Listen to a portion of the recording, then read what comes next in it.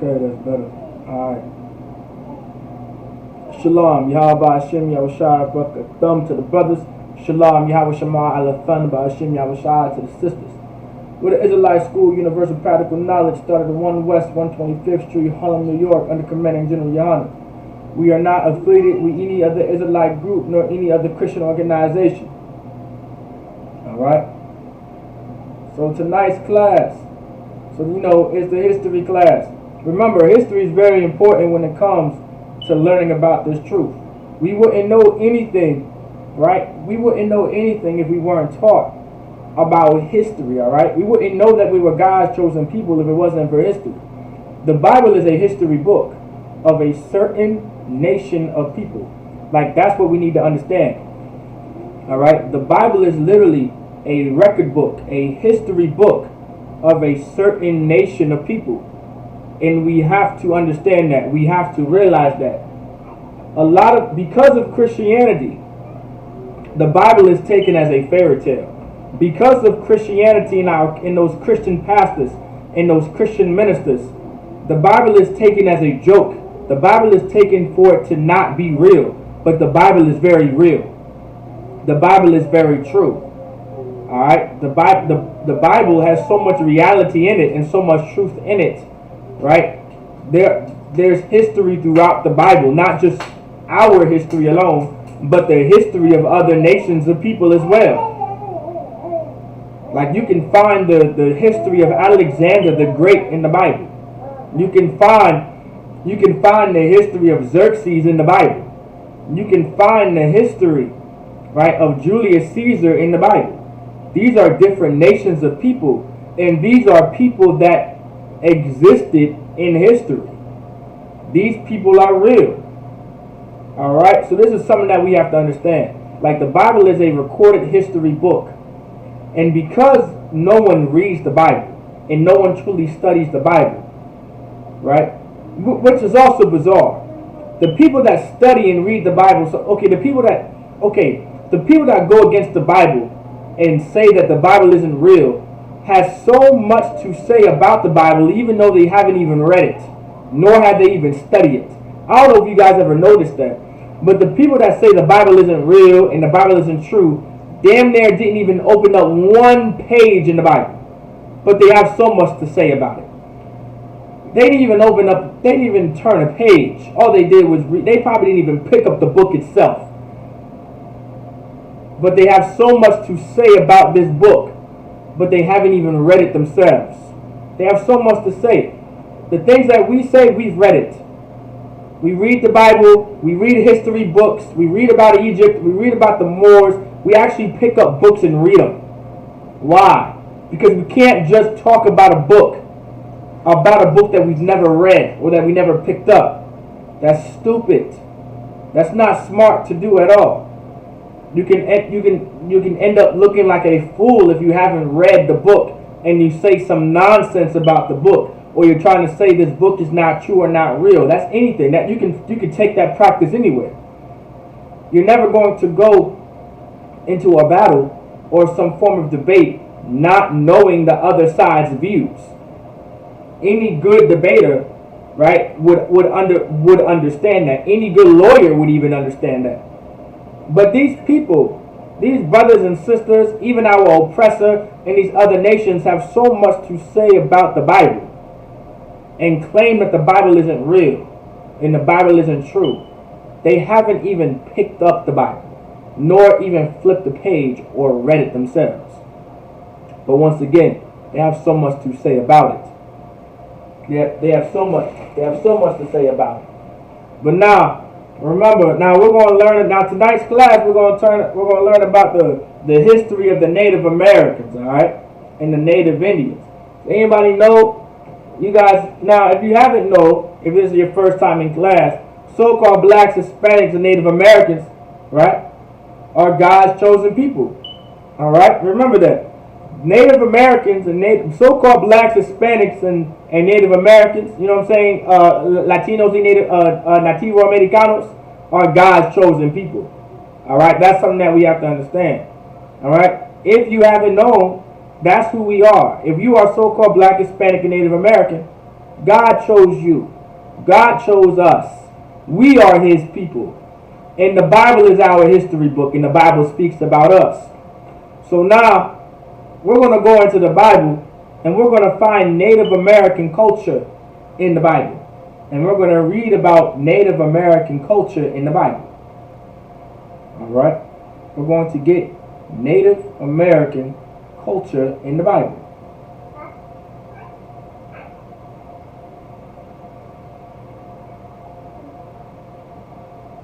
Alright, let's get it.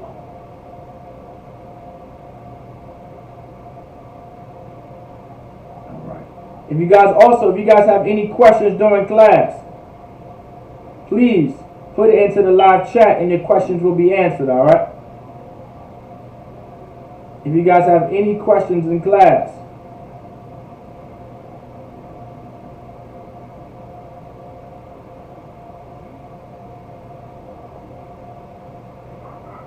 Alright. So let's get it. We're going to start in Genesis. Genesis chapter 30, verse 11. Also, don't forget to put your name, city, and state. Do not forget to sign in and check in. Do not forget to sign in and check in. Alright? Put your name, city, and state. Alright? Put your name, city, and state. Do not forget to check in. Alright?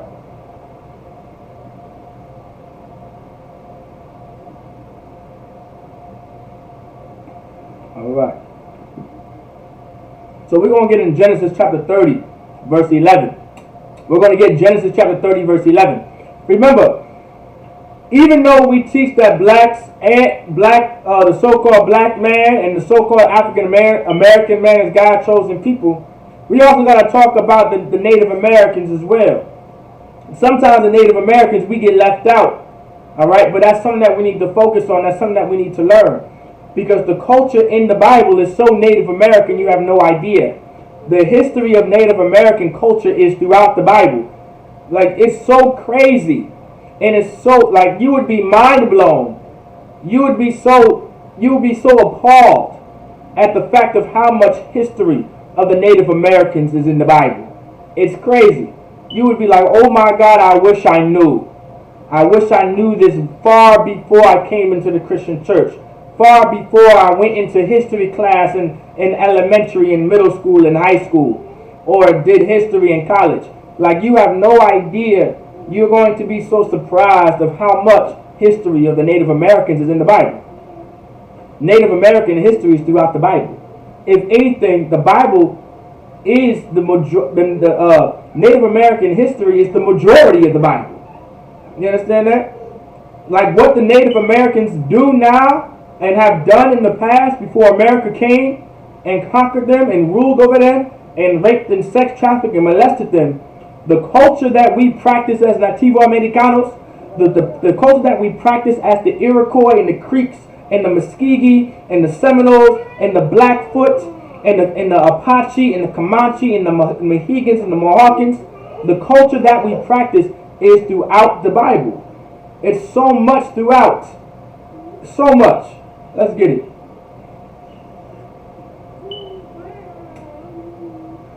Genesis chapter 30, verse 11. And Leah said, I'm gonna go to verse 10. I'm gonna jump up to verse 10. And Zilpah, Leah's maid, bare Jacob a son. So this is Zilpah. She bared Jacob a son. Who is Jacob? Jacob is the father of Israel. Jacob is the father, one of the forefathers of the nation of Israel. Jacob's new name eventually became Israel. Yasha'Allah in the Hebrew, the prince of the power, literally translates to the sons of God, the son of God. The prince of the power. That's what Israel means, Yasha'Allah. So this is one of the sons of Jacob. This is one of the sons of Yasha'Allah. Verse 10. And Zilpah, Leah's maid, bare Jacob a son. Verse 11. And Leah said, a troop cometh. It says, a troop cometh. This is a troop. Does anybody know what a troop is? A troop is a soldier. A troop is a warrior. That's what a troop is. A troop is either a soldier or a warrior. That's what a troop is. Alright? That's what a troop is a warrior, is a soldier. That's what a troop is. It says a troop cometh, meaning a soldier is coming. A warrior is coming. And she called his name Gad. Gad literally means a troop. Gad literally means troop, because a troop cometh. That's what Leah said, a troop cometh. Because Gad was known to be a troop. He was known to be a warrior. He was known to be a soldier. Like, this is something that we have to understand. We believe because of the media and because of social media and because of the destruction of the Native American people and the destruction of the Iroquois and the destruction of the Creek and the destruction of the Apache and the Blackfoot and the Cherokee and the Pequot and the Seminole, because of the destruction of our communities when we live in those reservations, because of the lifestyle we live, because of the horrors and the most horrible conditions that we live in, we see the tribe of Gad as being weak. We see the Native Americans being weak. It's because of our oppression. Getting high makes you weak. Being coked up on drugs makes you weak. Being an alcoholic makes you weak. Being poor and living in poverty makes you weak. These are things that make you weak. You're not going to be able to be strong. But in the Bible, the Native Americans, the Nativo Americanos, were known to be a troop. That's literally the name of Gad. The Gad means troop. And the Lord said, a troop cometh. Leah said, a troop cometh, meaning a soldier comes. A warrior comes. We were, as a nation of people, were known to be soldiers. We were known to be warriors. We were ferocious. We loved battle. We loved war. We loved to fight.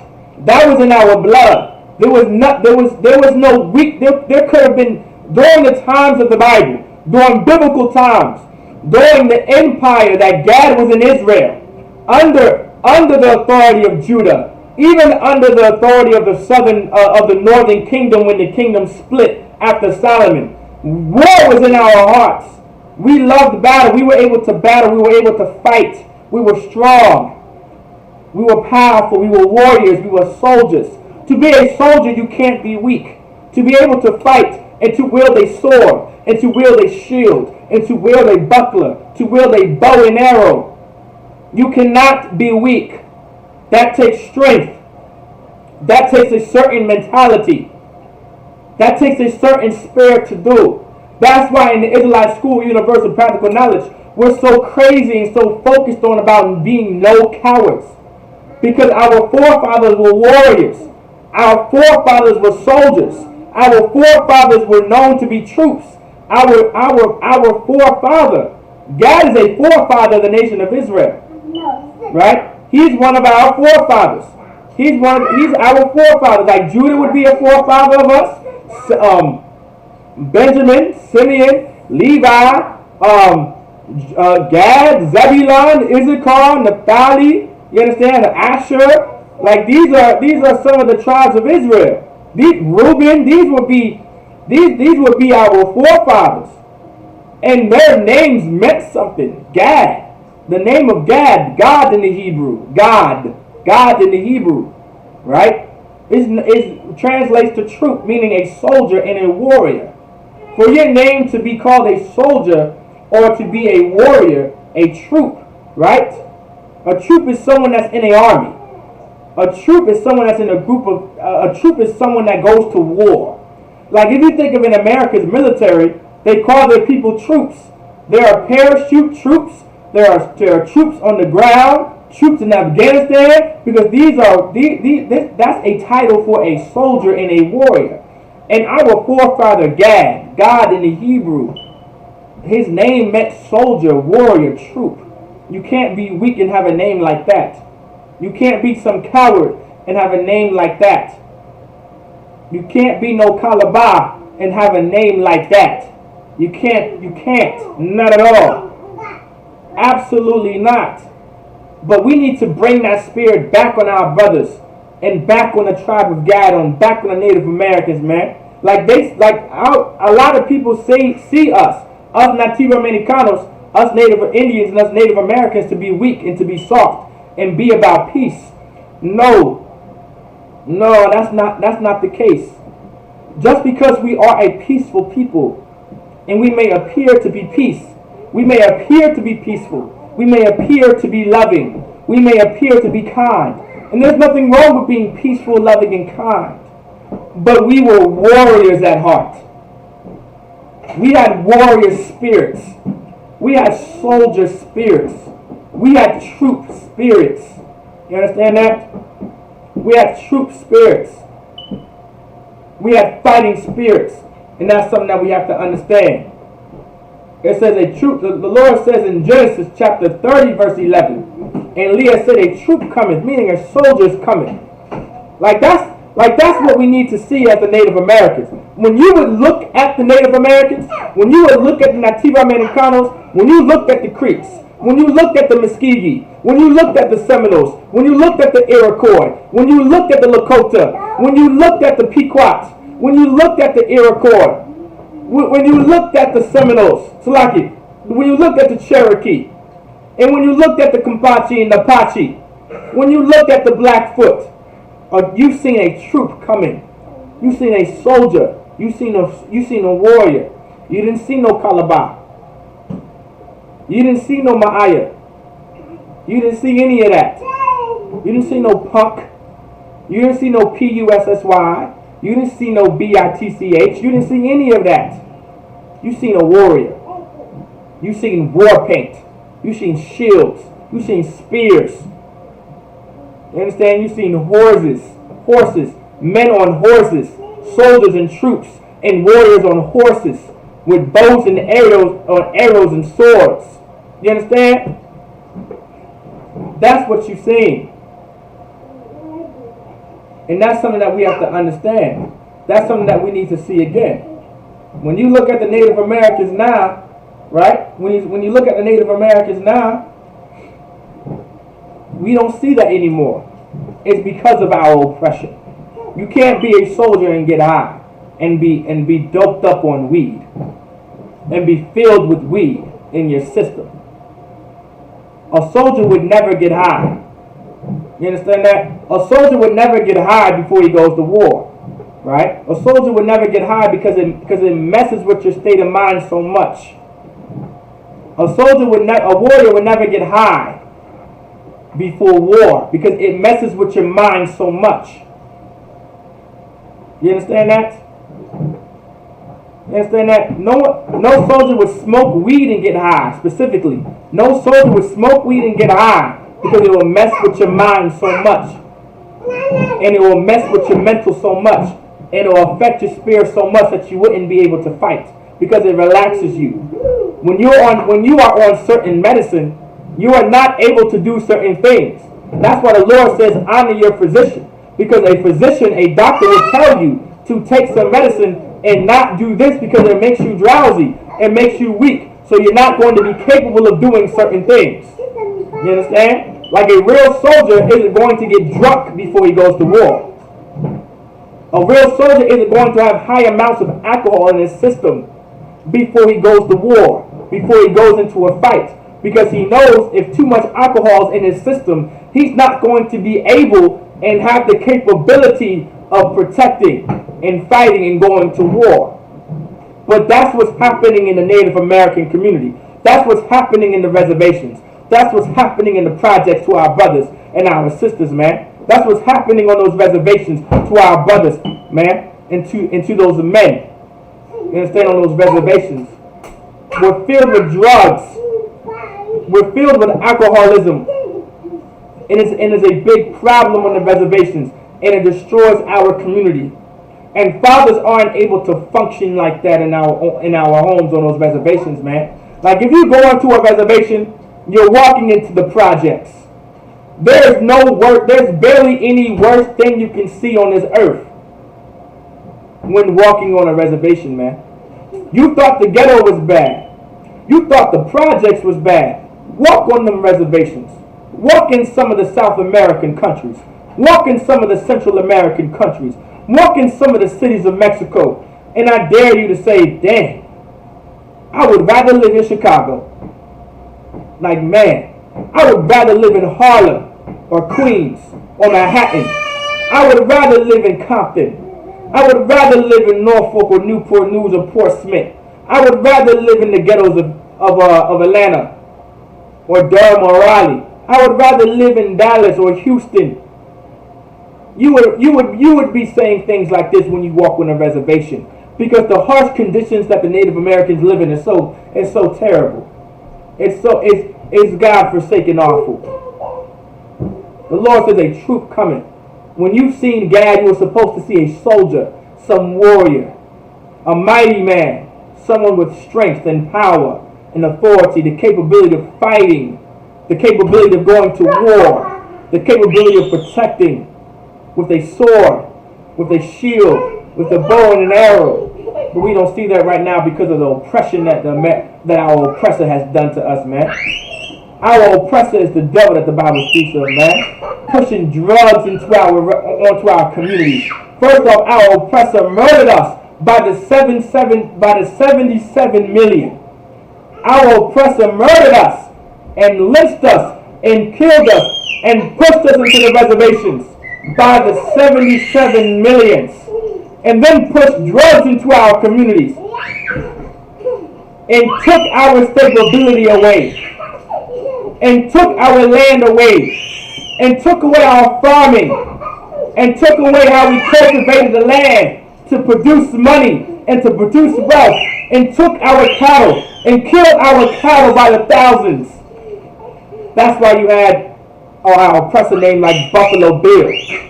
That's why you had the football team Buffalo Bills. Because there was a man by Buffalo Bill that killed thousands of buffalo to starve the Native Americans. That's why you had a terror on the earth named Andrew Jackson, a forefather of America, murdering thousands and thousands of Native Americans. And they have the nerve, and they have the absolute nerve to look at us and say, man, look what happened to these people. You're the cause of what happened to us. You're the reason why we're suffering. You're the ones that murdered us. We were supposed to be a soldier. We were supposed to be a troop. We were supposed to be a warrior. You understand?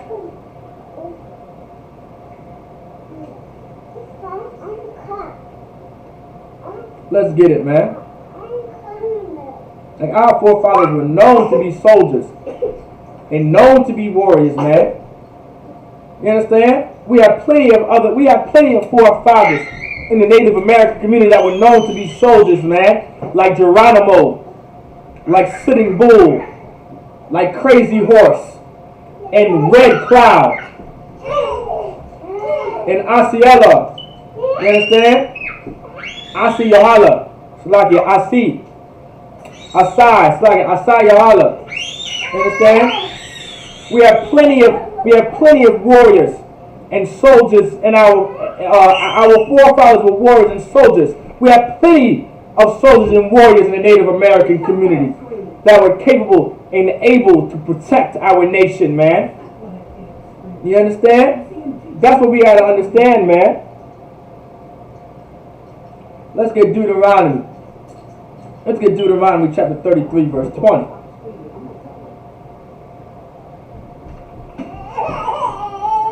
Let's get Deuteronomy chapter 33, verse 20.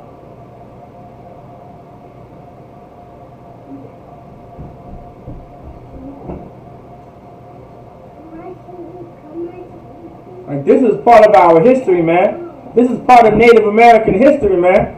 Like, this is something that our Native American brothers and sisters need to sit down and learn. Like, this is the part of history that our brothers, our Native Americano brothers and sisters need to understand and learn. Our culture is in the Bible. Our history is in the Bible. We have plenty. This is our culture. We were never meant to be weak. We were never meant to be beaten down like we are on those reservations. The Creeks were strong. The Iroquois were strong. The Lakota, the Creek, these were warriors. The Muskegee, the Creek, they were warriors. The Iroquois were warriors. The Apache were warriors. The Comanche were warriors. The Pequot were warriors. The Cherokee were warriors. The Mohawkins, the Mohegans, they were warriors. You understand? The Seminole Indians, they were warriors. Alright, that's what we have to understand, man. Like our Native American brothers, man, they were warriors. They were soldiers. They were strong. They were mighty. And this is our history in the Bible, man. Like, this is something that needs to be taught to our Native American brothers. This is something that needs to be taught to our Nativo Americano brothers. We were soldiers. We were warriors, man. We were never meant to be slumped in the middle of the goddamn city because we were filled with vodka, or filled with Hennessy, or filled with some Bacardi, and just filled with so much liquor that we can't even move and function, and get thrown in prison and thrown in jail. You understand? We were never, that life was never meant for us. The Lord never intended us Native Americans, us Nativo Americanos, to live a life like that. The Lord never intended life to be like that. To be drunk and filled with vodka and Bacardi to the point where we're laid up on the streets and not able to function. And then we get some DUI and get thrown in jail, and now we have a record on our, and we can't even function, and we can't even live a peaceful life. We can't even live a good life because we have a record. We can't even get a job now or some slave because we have a record of being an alcoholic. In public, driving, drugged up on the corners. This is what you're going to see on the reservations. You thought that, Salaki, you thought you thought I was talking about the projects. You may have thought I was just talking about the ghetto. You thought I was just talking about the black community. No, this has happened on the Native. This is what's happening in the Native American community as we speak. This is what happens this is what happens on those reservations. Right? Can't even drive. But this is what happens in the reservations. We become alcoholics to the point that we can't even function. That is not the type of spirit that the Lord wanted Native Americans to have, in the Creeks to have, in the Lakota to have, in the Iroquois to have, in the Pequot to have, in the Cherokee to have, in the Blackfoot to have, in the Muskegee to have, in the Creek to have, you understand, in the Mohawkins to have, in the Mohegans to have, in the Seminoles to have. Let's get Deuteronomy chapter 33, verse 20. And the Lord said, and of Gad he said. You understand? Like this right here, it says, and Gad. And of Gad he said. So this is one of the blessings that the Lord gave to the nation of Israel. Each tribe had a blessing from the Lord. And it was given by Moses through the Lord. Right? So like it was given by the Lord through Moses. Right? And these were blessings given to the nation of Israel, to each specific tribe. So the Lord blessed each tribe with a particular attribute, with a particular skill, and a particular way of living. The Lord blessed us in a certain way. Each tribe. The certain things that the nation of Israel are able to do is because the Lord blessed us that way. And we were just blessed and able to do it. And we would be able to hold on these blessings as long as we also kept God's laws, statutes, and commandments. Only if we kept God's laws, statutes, and commandments, we would be so much more skillful in the things that we do. We're already skilled as a nation of people, as you can see. We can run the best. We can run the fastest. We can wait until a swimmer comes. We can probably swim the fastest. We can climb the fastest. We can shoot the fastest. You understand? We can jump the highest. We can cook the best. We can dance the best. Like, we're already blessed as a nation of people, but we can even be far greater than we are if we kept God's laws, statutes, and commandments. And in Deuteronomy chapter 33, verse 20, is one of the blessings that the Lord gave to each specific tribe. And in Deuteronomy chapter 33, verse 20, this specific blessing belongs to the nation of, to the tribe of Gad. All right, to the so-called Native Americans that we know now, that we know right, of today, like the Creeks, and the Muskegee, and the Seminole, and the Pequot, and the Cherokee, and the Blackfoot, the Lakota, you understand? The Navajo, the Iroquois, the Comanche, the Apache, right?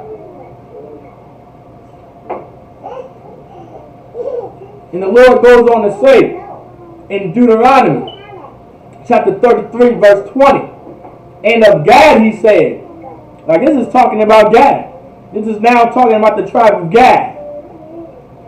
Blessed be he that enlargeth Gad. It said, blessed he be that enlargeth Gad.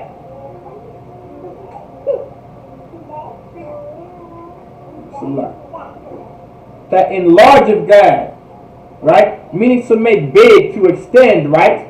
Salakia. It says, blessed be he that enlargeth Gad, meaning you would be blessed if you make if you make the tribe of Gad great and extend and to make Gad larger and greater in scope, right? Like if you, blessed he, the Lord said, blessed be he that enlargeth Gad. Meaning if you made Gad great, and you made Gad larger, and you made Gad free, right? You would be a blessed individual. Alright? It said, blessed be he that enlargeth Gad. Because Gad had a particular skill, right? Like this is not science, this is not a fairy tale, this is real life, this is a reality. Gad was a troop. Gad was known to be a soldier.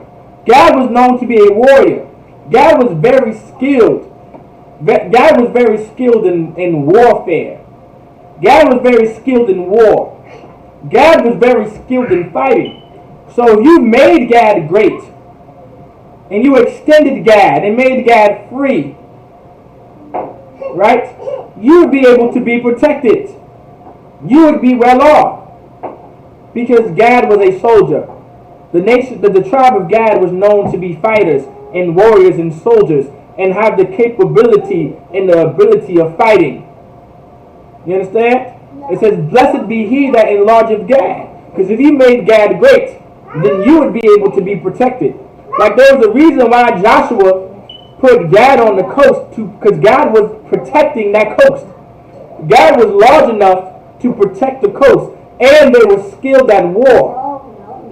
And they were skilled at fighting to protect parts of the nation of Israel. Like Gad, the nation of Israel, the tribe of Gad played a very important role in the nation of Israel when it came to protecting Israel. Just like the Reubenites played a very big part in protecting the nation of Israel. Because we were very skilled at war. And we were soldiers, we were warriors, we were brave. You understand? Like, and on another sidebar too. Like, we have to understand, like, in this Bible, our forefathers were masculine men. Our forefathers were warriors and soldiers. Like, there was nothing weak about our forefathers. There was nothing weak about our fathers and the men of our nation. Like, it's sad to see what our brothers have became by the hands of our oppressor. It's sad to look what happened to black and Hispanic and Native American men by the hands of our oppressor, and pushing homosexuality and pushing Christianity and pushing drugs and alcohol into our community at a high amount. You understand? At high amounts. It's terrible of what happened, man. It's terrible. It's sad to see something like that. Because our forefathers were never like that. Our forefathers were never drunkards and had so much alcohol in their system that they couldn't protect the nation that they built and the families that they created and the families that they loved. That's a terrible feeling, that you're so drunk and you're so high that you have to watch your daughter get raped and molested. It's so sad to see you so high and so drunk that you allow your daughter to be taken out of your own home and be thrown in dog cages. You understand? And they have to sleep with tinfoil blankets. It's so sad to see us so high and so drunk that we allow our sons to become drug dealers and drug addicts. You understand? And thrown in jail, right? And see them become gang members and killing each other, and then thrown in jail and given life sentences and given 20 to life without parole. Like, it's sad to see that because we're so high, and we have become drunkards to the point where we don't even have the capability and the ability to protect our nation, to protect our children, to protect our families, and to protect our loved ones. No thanks to our oppressor pushing drugs and high amounts of alcohol into our system. And when we don't have any law, and that's what makes it worse, because we have no law, and because we have no order, and because we don't have God's law, we don't know how to consume alcohol properly. If you had God's law, statutes, commandments, you would know how to consume alcohol properly. And you would know not to smoke weed and get high. And abuse medicine. You understand? And abuse drugs that actually had a purpose on this earth. We would know that if we had the laws of God. You understand? But this is what befall, right, onto the children of Israel. This is what happened to the Native Americans and the Nativa Americanos on those reservations, man. Brothers like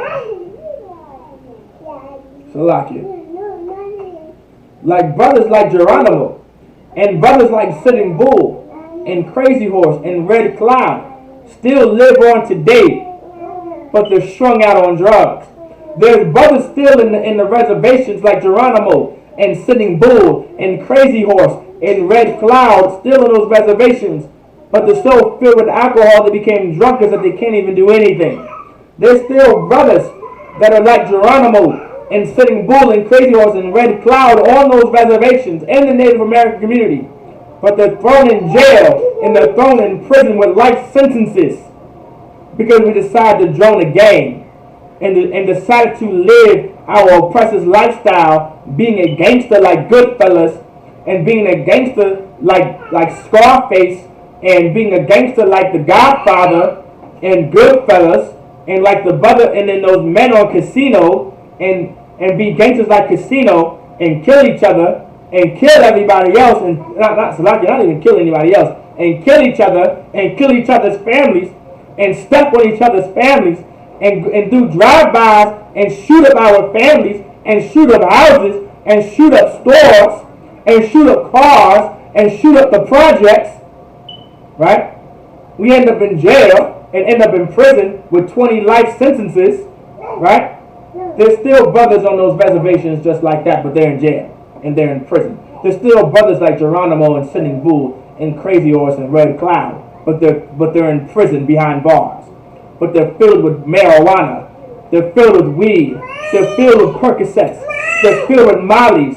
They're filled with codeine in their bloodstream. They're filled with lace. You understand? Let's continue Deuteronomy chapter 33, verse 20. He dwelleth as a lion. The Lord said, this is about Gad.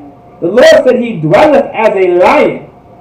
What is a lion? Does anybody know what a lion is? A lion is known to be the king of the jungle, right? Meaning he had a position of authority in that jungle, right? Even though there's not an actual lion in the jungle, they live more so in the Sahara, more so of a plain, like a plain field, like the Sahara, right? Or am I saying not the Sahara, but I think it's the Savannah I'm thinking of. I may be confusing the two. I want to say Savannah because Sahara is a desert, and the Savannah, I believe, is the plain, right? In an area like that, dwelleth as a lion. A lion is a vicious and a ferocious animal. A lion is an animal that has claws and fangs, right? Right, and have sharp teeth, that's able to bite and tear things apart. That's the description of Gad. That's not weak. That's not soft. That's not filled with Percocets. That's not a description of a brother filled with Percocets. That's not a description of a brother filled with weed. That's not a description of a brother filled with mollies. That's not a description of a brother filled with dope. That's not a description of a brother filled with coke and crack. That's not a description of a brother filled with meth. That's not a description of a brother filled with vodka and Bacardi and laid out in the middle of the street on a reservation. That's not a description of that type of brother. That's a description of a soldier. That's a description of a troop. And that's a part of our history. This is a part of Native American history. We were warriors. We were soldiers. God's chosen people were warriors and soldiers. What we did was about war. What we did was about protection. What we did was about law. What we did was about order. Like, that was part of our culture as Nativo Americanos. That was part of our culture as the Creeks and the Muskegee. That was part of our culture of the Seminoles and part of the Navajo and the Iroquois and the Lakota and the Apache and the Comanche. That was part of our culture. But when we went against the Lord and didn't keep His laws, statutes, and commandments, we lost the ability and the capability of fighting because we decided to get high. So we decided not to be separate. We decided to make agreements and oaths, right? And we decided to make covenants with another nation of people. And we decided to join hands with another nation of people. And in return, by disobeying God's law, by making covenants with these people and making agreements with these people and dealing with these people instead of being separate, these very same murderers and molesters and thieves and robbers turned on us and oppressed us and enslaved us and molested us and raped us and murdered us and sold us and sex trafficked us and then pushed us across the United States of America and then pushed us on Native America and pushed us on reservations, and now we live in poverty and now we're poor. This is something that we have to understand. This is in the Bible.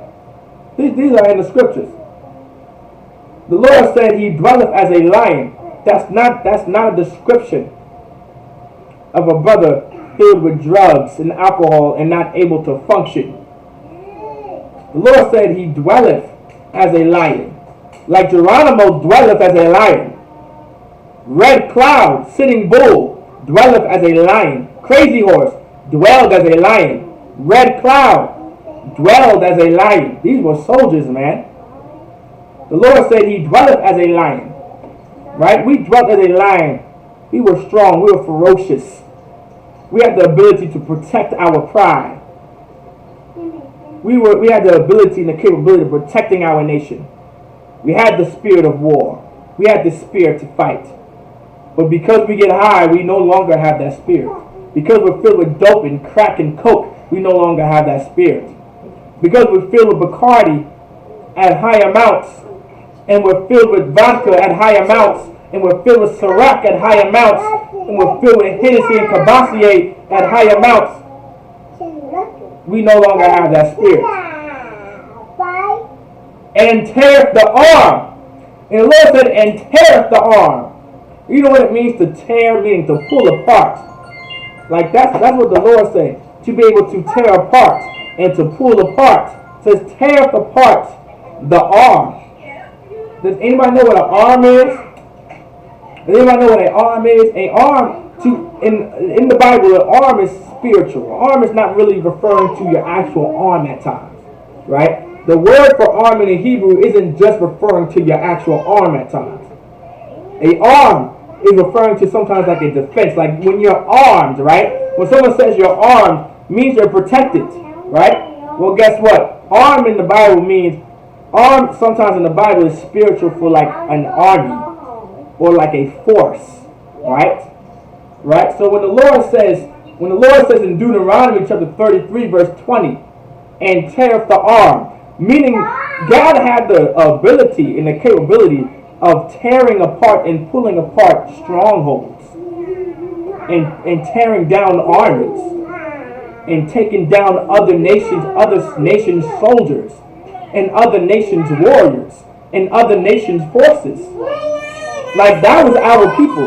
That was our culture. The Lord, this was a blessing to the Lord. Like this is what the Lord blessed us with. The Lord blessed Gad to have the ability to take down and overtake other armies and other soldiers and the soldiers of other nations and the warriors of other nations and the strongholds of other nations.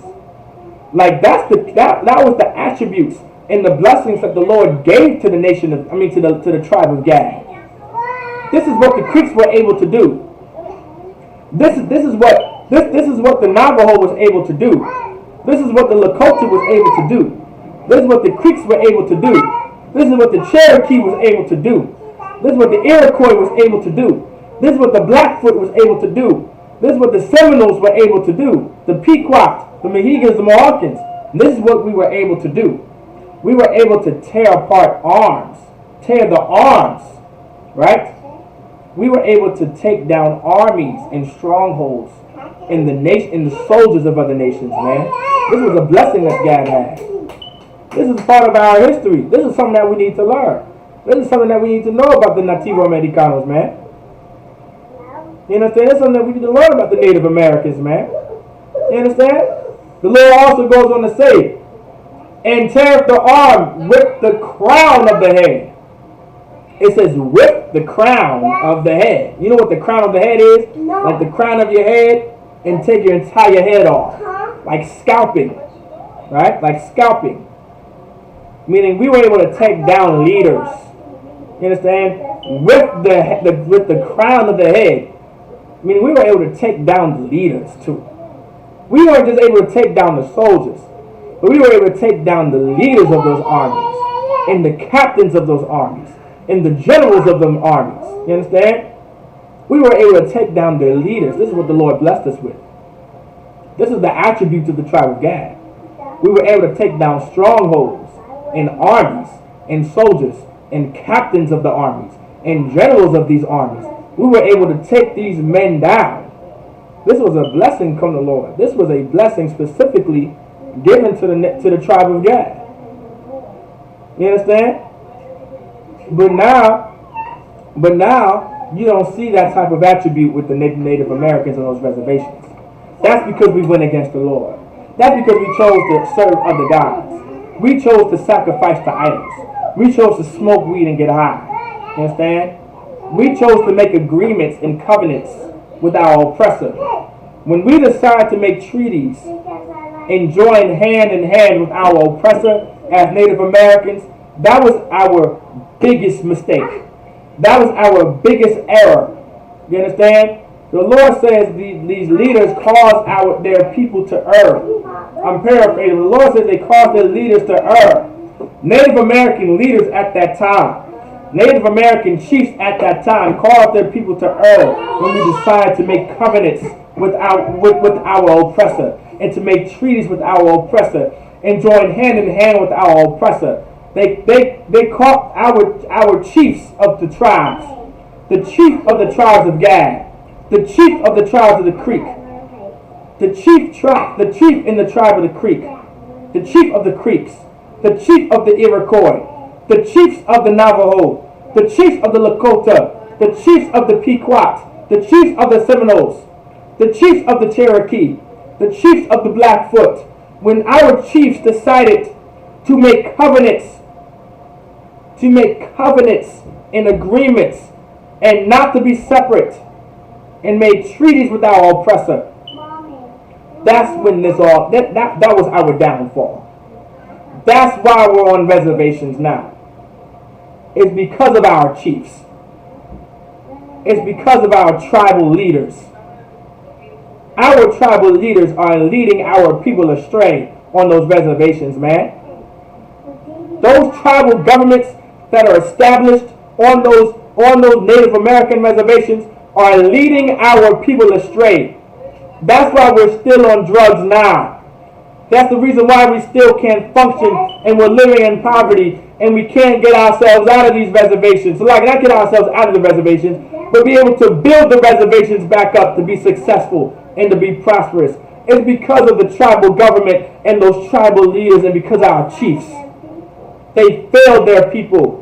They failed our people They failed the people of the Native Americans, man. We were soldiers at one point. We were warriors at one point. We were never alcoholics to the point where we couldn't function. We were never drug addicts. We were never doped up to like we are. We were soldiers and warriors, man. That's what we were. That's who we are. Let's get First Chronicles. Let's get First Chronicles chapter 5, verse 18.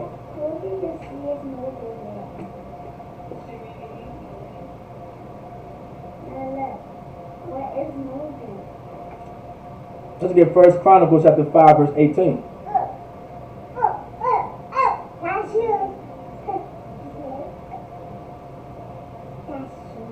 Remember, please share, like and share this too as well.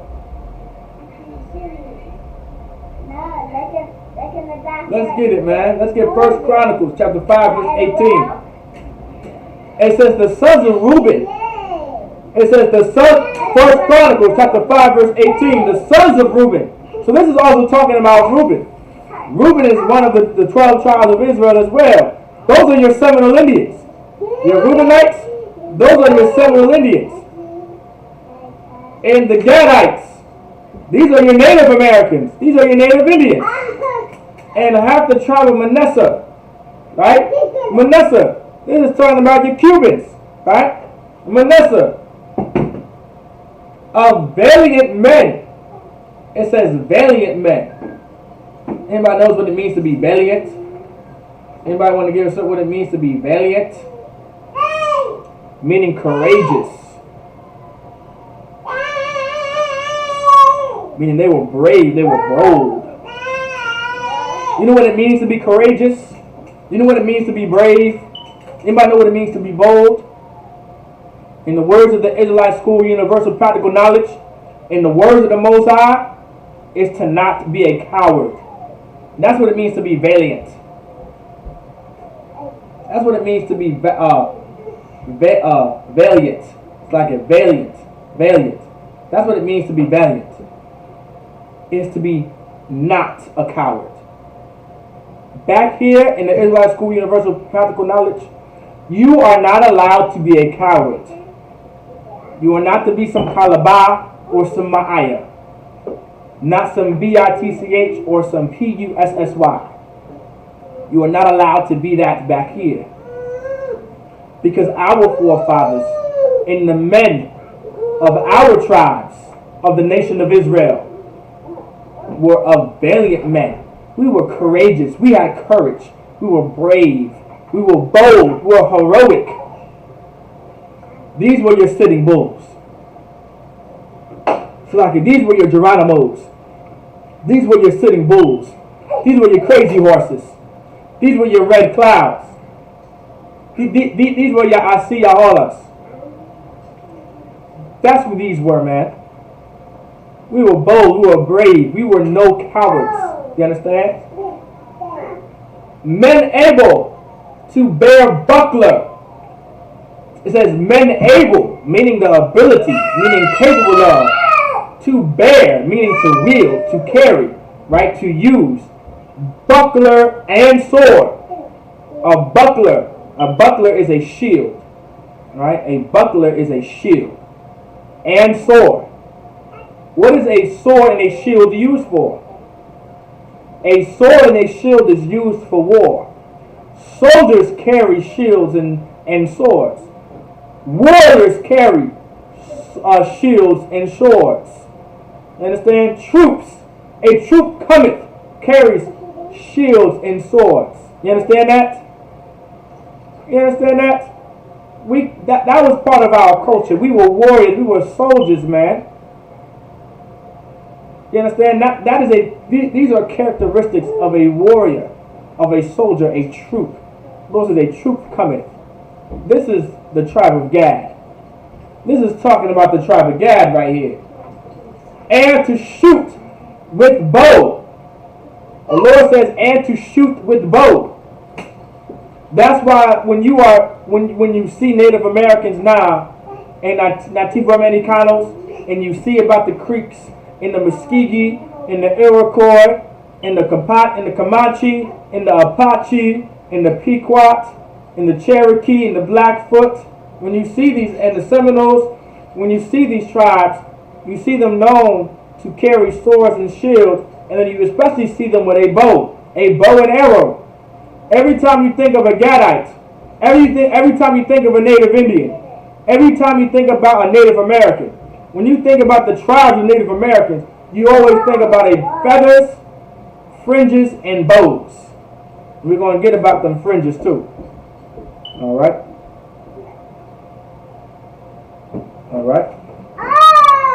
You always think about bows because we were known to use and wield bows. The Lord goes and skillful in war. Like this is what we were skillful in war. The tribe of Gad were known to be skilled at war. That's why the Lord said, a troop cometh. That's why the Lord said we were soldiers and we were warriors. We had the spirit to fight. We had a spirit to go to. Our spirit was hands at war. We were troops, warriors, soldiers. You understand? We had the spirits. We had all the men of Israel, all the men of the Native Americans, all the men of the tribes of the Native Indians, all the men of the tribes of the Nativo Americanos. We had the spirit of war. We had the spirit of soldiers and troops. We had fighting spirits. We had the spirit of Geronimo. We had spirits like Sitting Bull. We had spirits like Crazy Horse and Red Cloud and Asiahola. You understand? Asiayola. We had that type of spirit when it came to the tribe of Gad, when it came to Native American. All of our men had it. Because we were valiant men. None of our forefathers in Israel were punks. None of the men of Israel in our culture were known to be punks. Were known to be, PUSSYs and BITCHs. You understand? We were not known to be that. We were never known to be Kalabah and Ma'aya. We were never known to be that. We were known to be strong.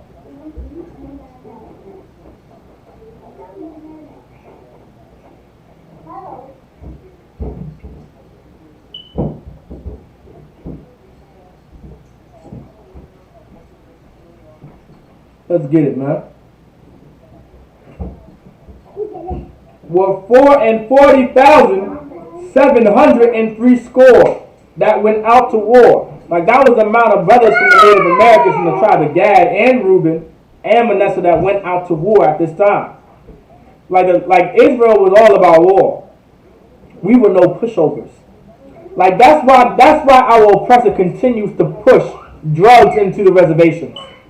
That's why our oppressor continues to put terrible, awful leaders in tribal governments and terrible chiefs over our people on those reservations, and terrible leaders in those tribal governments on those reservations to lead over our people, right? Because we've always been about war and we were able to fight. Those same leaders in those tribal governments, those tribal leaders of those tribal governments on those reservations, those same chiefs that are in charge on those reservations, right? They allow drugs to continue to come into our community. They continue to allow drugs and Molly's and Percocets and marijuana and dope and coke and crack and meth to continue to be pushed into the reservations, into the Native American community, into the Nativo Americanos community. They allow our oppressor to roam free and to take our daughters, to be sex trafficked, to be raped and molested by some filthy, disgusting man. That's what our leaders allow. That's what our leaders allow on those reservations, man. That's what those tribal leaders do, man. They don't care about the tribes. Those tribal leaders don't care about us. Those tribal leaders don't care about the tribes on those reservations. They don't care. They don't care about the Native Americans on those reservations, and the Iroquois on those reservations, and the Lakota on those reservations, and the Navajo on those reservations. They don't care about that. They don't care about us. They don't care about the Creeks on those reservations, the Seminoles on those reservations, and the Pequot and the Cherokee and the Blackfoot on those reservations. They don't care about us. They don't care about them. All they care about is best for them and making money off the casinos they build. That's all they care about. They don't care about the lives of the Native Americans. They don't care about the lives of Nativo Americanos. They don't care about that. And they allow these awful things to happen to our people. Why? Because it's what makes us weak. It's what makes us not strong. It's what makes us not have that warrior spirit like Geronimo. It's what helps us not have that warrior spirit like Sitting Bull. It's what helps us not have that warrior spirit like Red Cloud. It's what helps us not have that warrior spirit like Asiahola. It helps us not have that fighting spirit like Crazy Horse. You understand? That's something that we have to understand. That's why they do it. All they care is about money and what's best for them. That's all those tribal leaders care about. And some of those tribal leaders are the seed of our oppressor on top of that. Because we never, as Native Americans, established those tribal governments. We never established them. You understand? We never established them at all.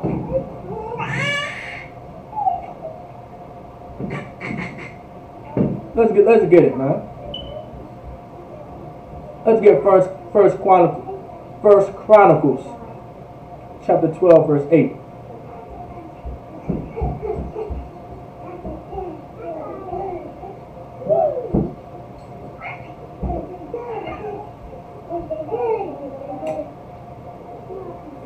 Let's get First Chronicles.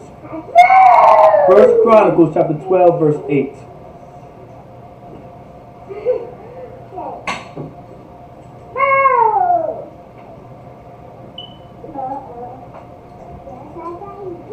First Chronicles, chapter 12, verse 8. And of the Gadites. So this is and of the Gadites. So this is talking about the tribe of Gad right here. This is talking about your Sitting Bulls and your Red Clouds and your Crazy Horses and your Geronimos and your Asiaolas. This is what this is talking about. And of the Gadites, they're separated themselves unto David into the hold, to the wilderness, men of might. So they're during the time, so the Gadites separated themselves with David, with King David. This is during the time that King David was going against King Saul. He was because of what was going on with King Saul, King David separated himself. And so did the Gadites to help him, to help and assist him with war. This is during this time. So this is during the time of David. Now King David wasn't king at this time. Eventually he will be king, but he wasn't king at this time. King David was just like a very skilled soldier. He was like a general. He had the rank of he was very high in the army of Israel. And he was very skilled at war. And King David was a Judite. This is Judite. This is right here. This is Gadites and Judites working together in the Bible. Like this is what we have to understand. This is in the Bible right here. Gadites and Judites. King David was a Judite. And Gadites separate themselves to Judah. Because Judah was our brother. Judah is part of our, like this is something that we have to understand as Nativo Americanos. This is something that we have to understand as Creeks and Muskegee and Seminoles and Iroquois and Lakota and Apache and Comanche and Blackfoot. You understand? Like, this is something that we have to understand. The so-called black man in America is our brother. The so-called Negro in America is our brother. You understand? The so-called black man in America and the so-called black man and Negro in Jamaica and Trinidad and in Haiti. You understand? And in Tobago. Those very same black men The so-called African American man, those so-called men are our brother. The so-called black man is so much our brother that we joined forces with them. You understand? The black man was so much our brother as Native Americans. The black man was so much our brother. We separated ourselves unto Judah, unto a man in Judah, which was David, during the times of King Saul. You understand? That's how much of a brother we are. So as Native Americans, stop separating ourselves from Judah. We have to stop that nonsense. As Nativo Americanos, as Latinos, right? But as Native Americans, as Creeks, as Muskegee, as Seminoles, right? As Pequot, stop separating ourselves from the black man in America, the black man in Jamaica, and the black man in Trinidad and Tobago, and the so-called black man in Haiti. We need to stop separating ourselves from them. Those are our brothers. We are the same people. They are so much our brother. We separated ourselves to assist David, to assist King Slocket, to assist King David. At that time, he wasn't king, but assist King David during the time of King Saul.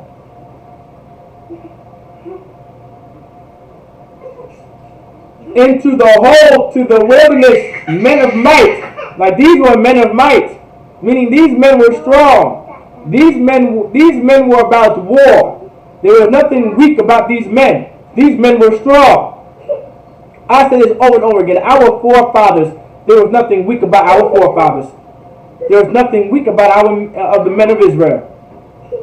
You understand? We were all about war. Abraham and down, we were all about war. You understand that? Abraham and down, we were about war. Abraham had servants and went to go get his family Lot, because Lot was taken from him. And he came with soldiers into that city and took over that city and got his family Lot. We don't got no punks in Israel, man. Our forefathers were never punks. Our forefathers were never cowards. Our forefathers were like Sitting Bull. Our forefathers were like Geronimo. Our forefathers were like Red Cloud. Our forefathers were like Crazy Horse. Our forefathers were like Asiaola. You understand? Let's get it. And men of war. It says, and men of war fit for the battle. And men of war fit for the battle. And men of war fit for the battle. These guys were men of war, fit for the battle, meaning they were fit, they were ready, they were capable, they were able to fight. We were all about battling. That's why it's so disgusting and so sad to see our brothers on those reservations so destroyed and coked up and doped up and messed out. Filled with alcohol, became alcoholics to the point where we can't even function, and we get behind a wheel and drive, and we're drunk in public and get thrown in jail and serve time, and then get thrown out of jail with a record and can't even get a job. And because we can't get a job, we get further drunk to drink our problems away without even having a solution to them, and get drunk again and thrown in jail again for a second offense, and then get thrown in jail for a longer time, and eventually get thrown in prison. We lose fathers in the reservations, man, that way. We lose uncles and brothers that way on those reservations, man. That's what happens to us. This is the conditions of our people, man, on those reservations, man. And you think I'm talking about the ghetto. You probably thought I was talking about the projects. You probably thought I was talking about Chicago and Harlem and Queens and Manhattan. You thought I was talking about Newark or Philly or Camden or Compton or Central LA. You thought I was talking about the projects in Dallas. Nah, this is the reservations I'm talking about. You understand? We have the very same problems on those reservations. You understand? The very same problems we got in the ghetto and in the projects is the very same issues and problems we have on these reservations. Sex trafficking is very big in the projects, in the ghetto. Norfolk, the city of Norfolk is very high. Is very high indeed when it comes to sex trafficking girls. Well, guess what? On reservations, it's very high for little Native American girls to get stolen and taken and sex trafficked and get put in some box and then thrown in some man's van and being driven somewhere to be molested or raped and be used as some sex toy or some sex machine or whatever the hell it is. It's awful. It's God-forsaken awful, man. But we need warriors to stop that. We need actual soldiers to prevent that. In order to stop sex trafficking in the reservations, we need soldiers. In order to stop our men and our people to be drugged out and methed out and doped up, we need soldiers to prevent that. We need warriors to prevent that. To stop our daughters from being stolen and sex trafficked, we need soldiers for that. If you want our community on those reservations to not live in poverty and to not live in the most poor state in America, we need soldiers to prevent that. And those soldiers have to be men of the Lord. Those soldiers have to be men of the Lord, like the Gadites in the Bible, which is our forefathers, man. They were men of the Lord, and they were soldiers, and they were warriors. You understand? We need soldiers to prevent that. We need the spirit of Sitting Bull to prevent that. We need the spirit of Red Cloud to prevent that. We need the spirit of Geronimo to prevent that. We need the spirit of Crazy Horse to prevent that.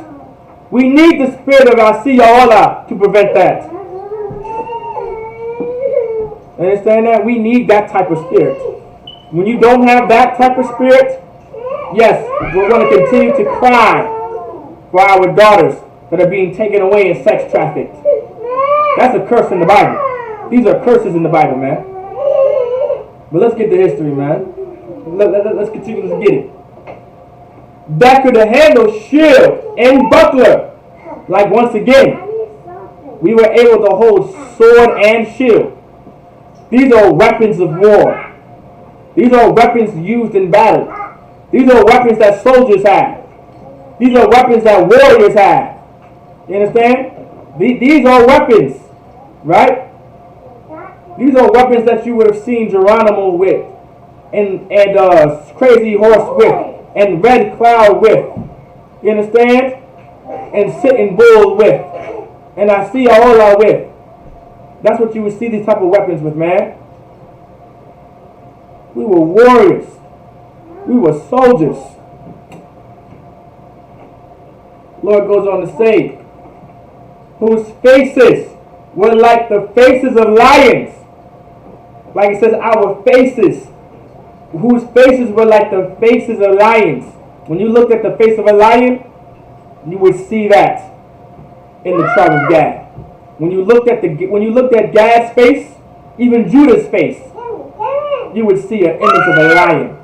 You would see an image of someone that's ferocious. Someone that has the capability and the ability to protect and fight in battle. That's what you would see in our face. Someone not to mess with. Someone not to step up to. That's what you would see. That's why the Lord said a troop cometh. You understand? That's why the Lord said a troop cometh. So this is a soldier coming. When you looked at Gad, a soldier was coming. When you looked at Gad, a warrior was coming. When you looked at Gad, a troop was coming. Someone that could fight, that could war, that could bear shield and buckler. It's like sword and buckler, sword and shield, bow and arrow. You understand? And were as swift, and were as swift rose upon the mountains.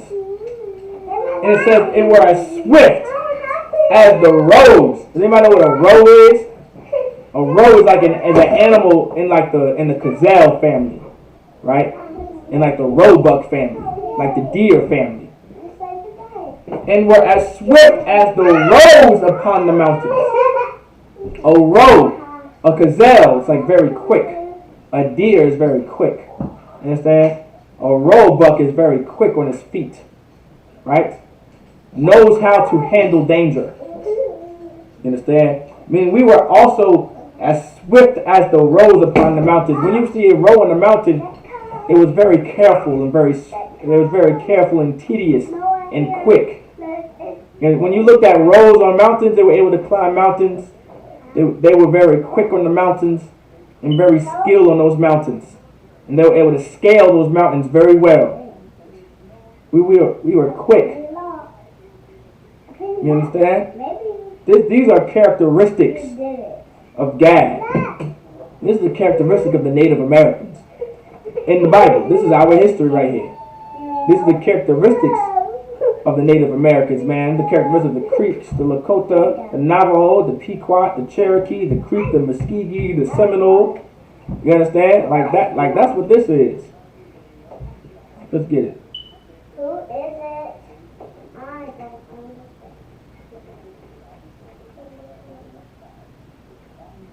Let's get Genesis.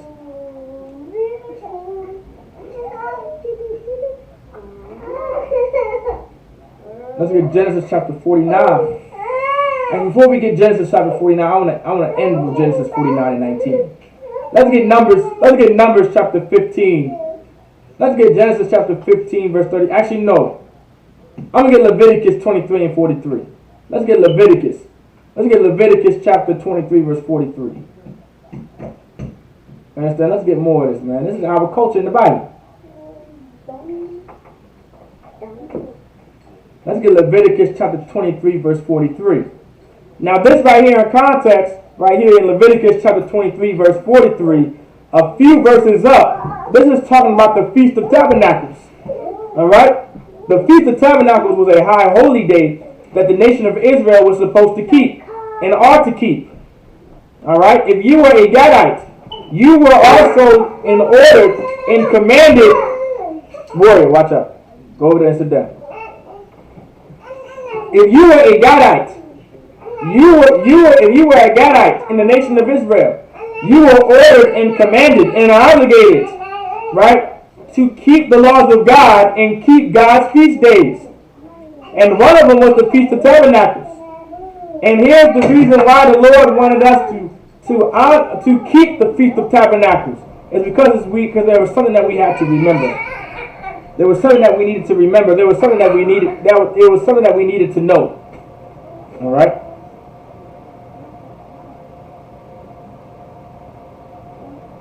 Go sit down, Warrior. Go ahead, Warrior. Go sit down for me. Go shop. Leviticus chapter 23, verse 43. That your generations may know. So this is something that we needed to know. Something about the Feast of Tabernacles we needed to know. And just like today, this is something that we need to know. This is something that the nation of Israel needs to know. That your generations may know that I made the children of Israel. I mean, the Lord made the children of Israel to do something. Right? There was something that the Most High made Israel do. Right? That I made the children of Israel to dwell. To dwell meaning to live. To dwell meaning to stay in. To dwell meaning to inhabit. To dwell in booths. It says in booths. Does anybody know what a booth is? Anybody know what a booth is?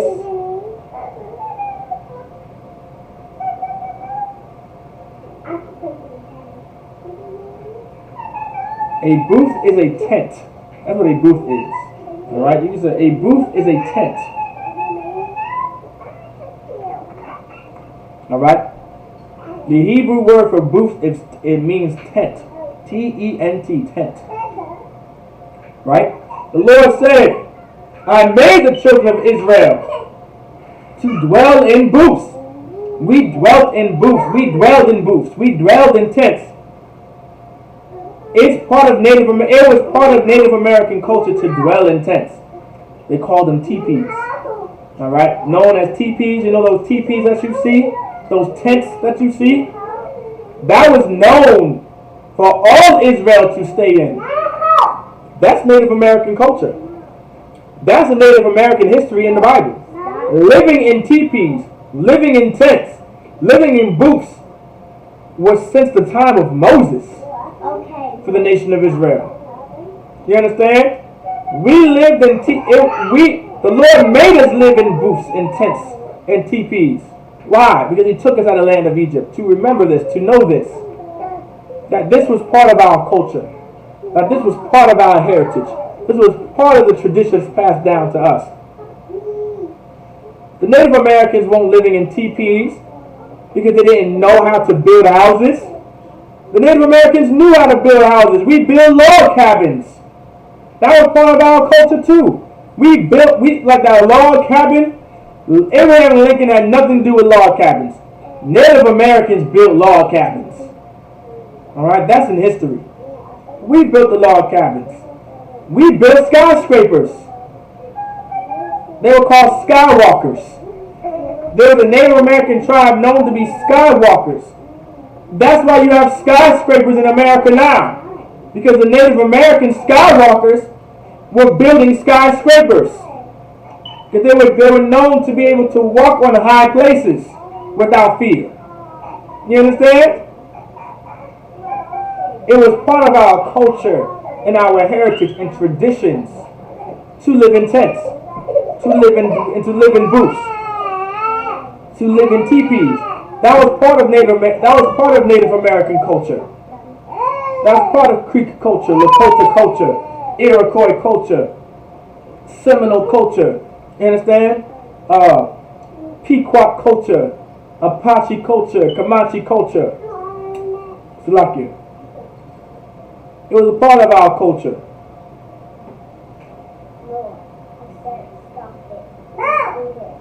Let's get it. When I brought them out of the land of Egypt. Like, this is why we need to know it, because it was during a time that the Lord brought us out the land of Egypt, and we were in the wilderness, and we were living in tents, in booths.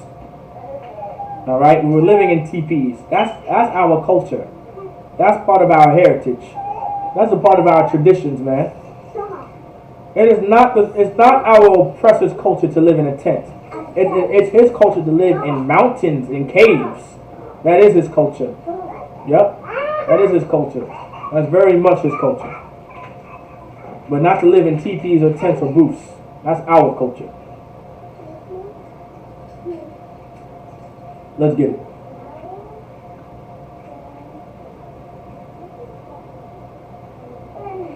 Let's get Numbers.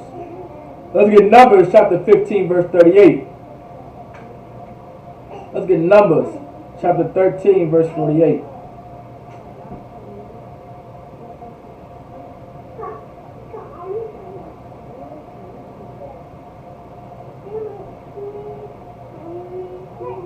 Like 15 verse 38. Numbers chapter 15 verse 38.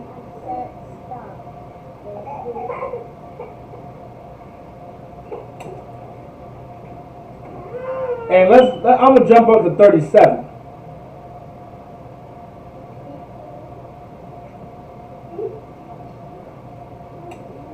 Let's jump up to 37. Numbers chapter 15. Numbers chapter 15 verse 38. Verse 37. We're going to start at verse 37. And the Most High spake unto Moses, saying, so this is what the Lord said to Moses, right? Right? Speak, verse 38. Speak unto the children of Israel. So this is what's going to be spoken to the children of Israel. This is something that the nation of Israel needs to learn. Right? This is something that Israel needs to know. Right? And this is coming from the Lord. This is one thing that we have to understand. Our culture comes from the Lord. Our heritage comes from the Lord. Our traditions come from the Lord, and that's something that we have to understand. It comes from the Lord. Speak unto the children of Israel and bid them. Does anybody know what it means to bid? The Lord said, and bid them.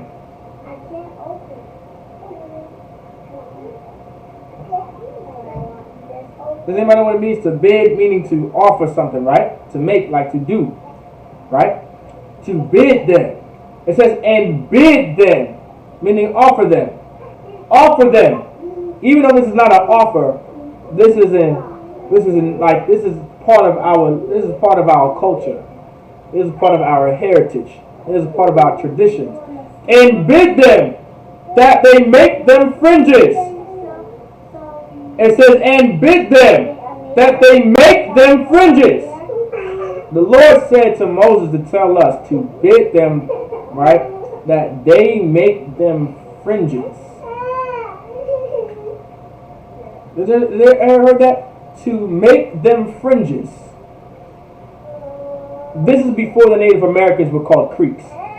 They were Gadites then. This is before the Native Americans were known as Seminoles. We were Gadites then. We were Gadites then. This is before the Iroquois. This is before the Native Americans were called the Iroquois. We were Gadites then. This is before the Lakota. This is before the Native Americans were called the Lakota, and the Apache, and the Comanche, and the Cherokee, and the Creek, and the Muskegee, and the Blackfoot, and the Cherokee, and the Pequots.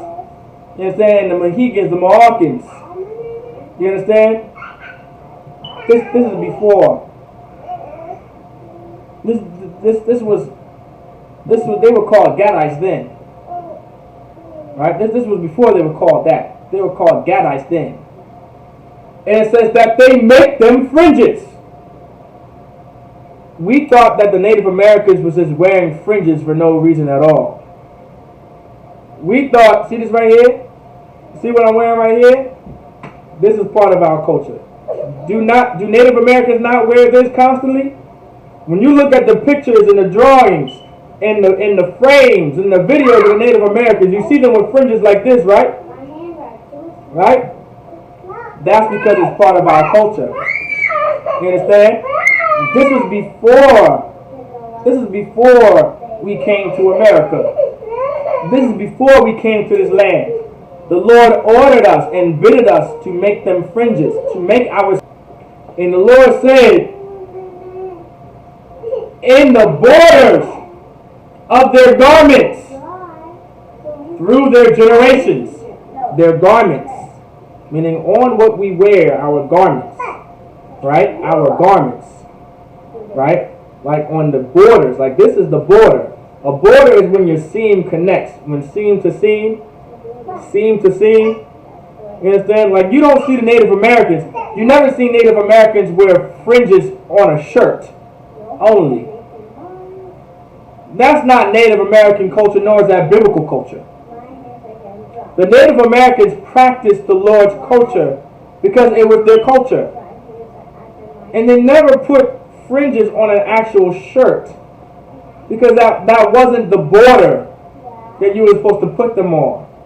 The fringes that you would put them on was the seams of your garment, like this type of shirt that has seams, right? Like a jacket, like a vesture, right? You understand? Like a garment that goes over with the clothes that you wear, right? This is Native American culture. It was Native American. It was Israelite culture to wear fringes. It was Gadite culture to wear fringes. So those same warriors that you've seen, they also had fringes. Those same soldiers that you've seen, they would have fringes. Those same troops that you would see that you've seen, they had fringes. Geronimo had fringes. You understand? Sitting Bull had fringes. Crazy Horse had fringes. Red Cloud had fringes. Asiaola had fringes. I see Aola had fringes. You understand? Let's continue.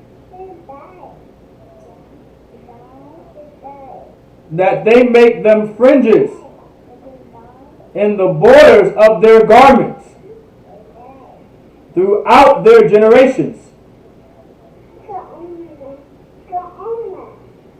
Okay. Okay, the question is there any parts of the Bible that no longer apply to us? Yes, there are parts, specifically when it comes to sacrificing. All right? Right? So to answer your question, right? Like sacrificing. So when Christ came on the scene, Christ was a sacrifice for the nation of Israel. And he was known as the sacrificial lamb. And so we would no longer have to keep the sacrificial part of the law. All right? If that answers your question. All right?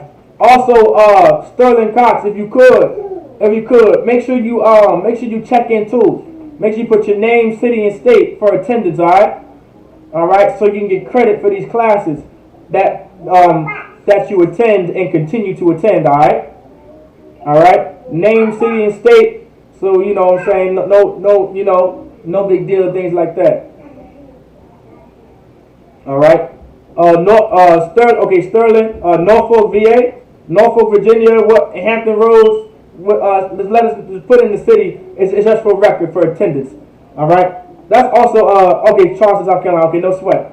All right. So to let you know, all right, to answer your question, when it comes to the sacrificial law, it no longer applies to us because of when Christ came onto the scene. So there are things in the Bible that don't apply to us today, but keeping the laws of the Most High do apply to us. All right. So the more you come to class, the more you learn about that too. All right. Let me know if I answered your question. Yeah. Let me know, yes or no.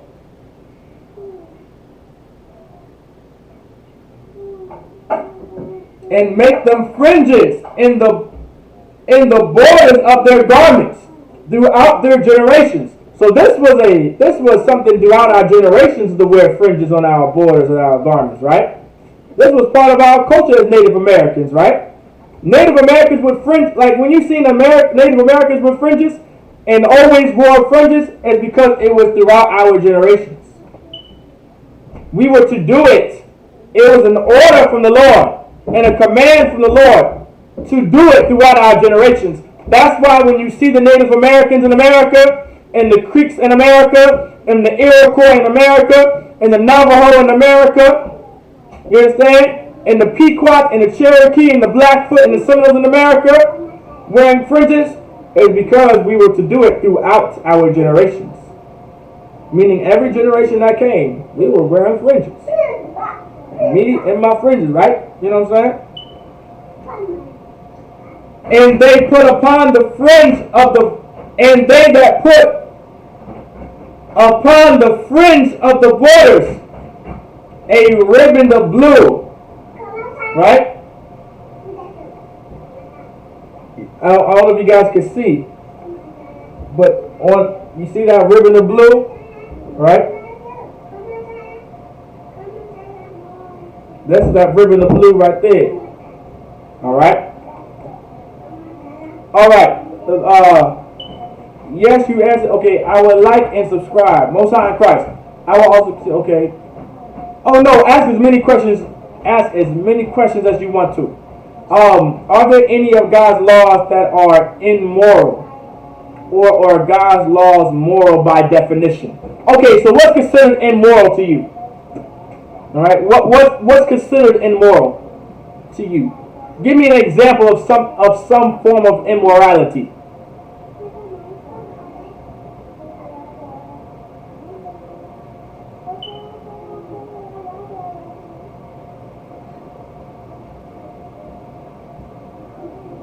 Give me something that's immoral. Like, give me an example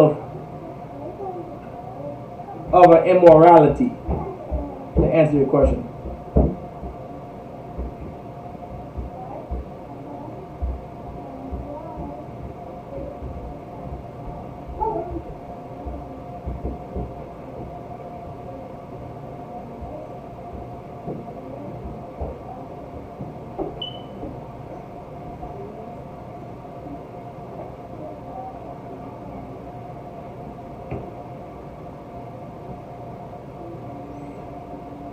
Okay, what is immoral to me? Good question. I would say anything that harms another person intentionally is immoral. Okay. Right. Okay, right. Okay, so, I can follow that. So, like, to me, slavery is an example. Okay, slavery, immoral. Okay, no sweat, no sweat. I definitely understand. Okay. I definitely understand where you're coming from with that. Okay. So, this is what needs to be, okay. So, to help you understand that, all right, there are no immoral laws in the Bible, okay, all right. There are no immoral laws in the Bible. All of our laws deal with morality, right? All of God's laws deals with morality and deals with justice. God's laws is a law system that the Lord gave to the nation of Israel to establish and to set up. Like America's judicial system, well, the nation of Israel had its own judicial system, and it was the laws of God, right? So, so now, is it immoral? So to ask your question, is it immoral to throw a man in jail if he steals? Is it immoral to throw a man in jail if he steals? And is it immoral to give a man a death penalty if he murders an entire family? Is that immoral?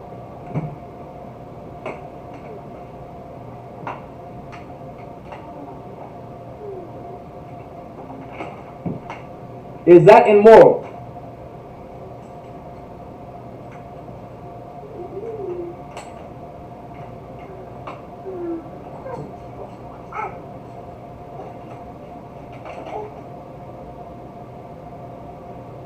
Is that immoral? Is it? My question is, anyone can answer too, not just Sterling. All right. Okay, I believe the death penalty is immoral always. Okay. There are crimes that people commit, right, that require death penalties, right? It requires it at times. Now, of course, back here in the ISUBK, we're not going to put anyone to death. The Lord will put you to death if you go against His laws, like He continues to do to so-called blacks, Hispanics, and Native Americans in the projects, in the ghettos, and in these reservations. But there are severe consequences to laws that you break. Now, I understand that, of course. Yeah, stealing a piece of bread shouldn't be any jail time. I understand that because there should be there's a reason why that person could be stealing a piece of bread. He still stole, right? He still stole at the end of the day, right? So there still is a consequence. But that's a topic about how black people are in poverty and we end up stealing to survive. All right? But now let's focus on immorality. The death penalty, right, is immoral always. I understand that you may believe that the death penalty is immoral, but there are severe consequences to certain laws. Now, Sterling, I'm sure you have a family, right? And I'm sure you have people that you love, right? Right? If someone murdered your family, that you loved, what would you do? How would you feel? If someone murdered your family, right? How would you feel and what would you do? I'm sure you would be upset. You would want justice. Because your family was given a death penalty by that murderer. Justice is to give the very same penalty that your family suffered by the hands of that murderer. That's justice. You understand that, Sterling? Your family was murdered. That's the death penalty. So how do you get real justice? Well, that person has to go. He has to go. He has to go. So that's not immorality. I know you want to believe that it is immoral, but that's real morality. Is to have true justice.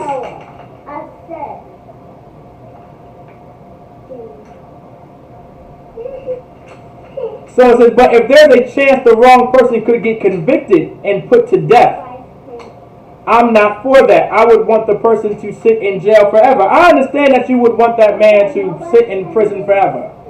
While he still has life in his lungs, right?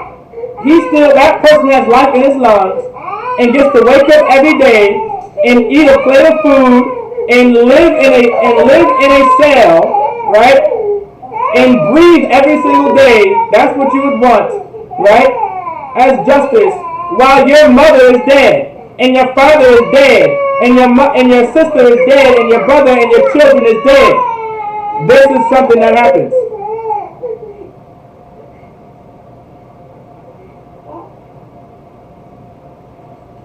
Right? You know what I'm saying? This is what happens, right? This is the thing. This is something that we have to think about logically, Sterling. So but yeah, no sweat, brother. And you know what? Thank you for the question. But now, I also want to go on that topic about morality to the rest of the class too, as well, Sterling, because you brought up a good point about slavery. We think, as black people, slavery is immoral, right? And I understand that we may think that slavery is immoral because we were enslaved by a race of people. And because but when we say that our oppressor is going to go into slavery because we were put into slavery by them, right? We have a problem with that because we think slavery is immoral. Well, I'm going to show you in the Bible what's really immoral. In Exodus chapter 21, verse 16, and he that stealeth a man, it says, and he that stealeth a man, right? When you just steal a man, and you just take a man out of his home, and selleth him, and you sell him for money, and you sell him, that sounds like a slave, right? That sounds like your auction block. So when you steal a man, meaning take by force, and then sell him for money, right? Or if he be found in his hand, meaning that man gets found in your hand that you stole and about to sell, he shall surely be put to death. It is a death penalty for you to steal a man and sell him according to our law. Why is that? That's real morality. You understand? That's morality. We as a nation of people would never steal a people out of their own land and just enslave them and sell them. Why? Because it's in our law not to do it.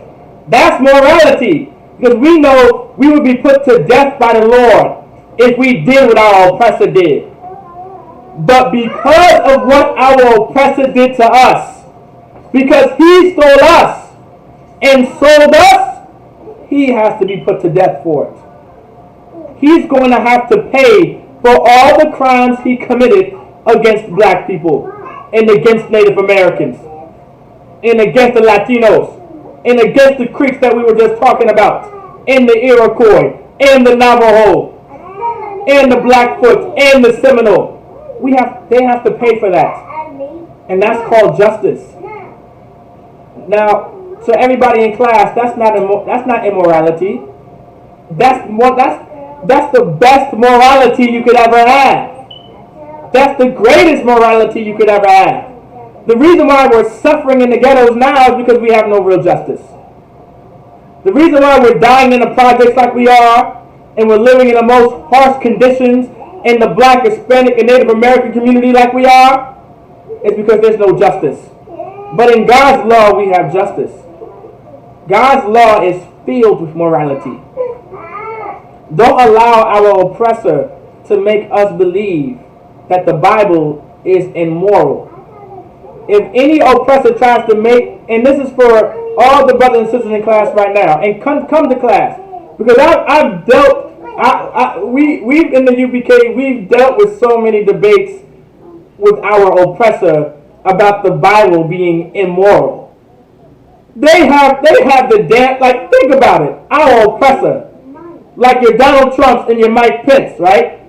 You know what I'm saying? People like that, the so-called white man, they have the nerve to come to a black man in America, and a Latino man in America, and a Native American man in America, and talk about the Bible is immoral, when you are the most immoral, filthy, disgusting beast on the earth. You have the nerve to come up to us and talk about the Bible's immoral. When you're immoral, where was the immorality talk when you was raping my mother and raping our sisters and molesting our daughters and sex trafficking our daughters and lynching our sons and bucking our fathers and separating our families and feeding us to alligators and making us Christmas gifts on Christmas? Where was the immorality talk then? I don't want to hear it now. You understand? Everybody understand that? Let me know if you guys understand kind of lie. I want you guys to have that very same spirit. Don't allow our oppressor to come to you on some nonsense like that. Keep coming to class. Every brother and sister attending the class, keep coming to class so you can learn about this truth, about this Bible, man. You understand? Don't allow your oppressor to jug you like that and to trick you like that. Talking about the Bible's immoral. You understand? Right? We get tricked into believing something so crazy. You understand? It's crazy. It's so crazy. We get tricked into believing that. All right. Let's go back. Let's go back. We were at the fringes of the Lord. Numbers chapter 15, verse 38.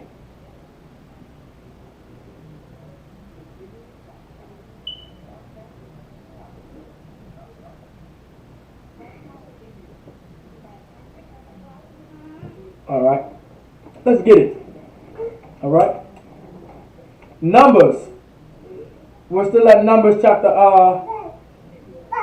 Numbers chapter 15, verse 38. So lock it. All right, that ribbon of blue, right? So if you look at my fringes right here, this is the ribbon of blue, and here's the reason why the Lord said the ribbon of blue. All right, there's the reason why it was spirit behind putting that ribbon of blue, right?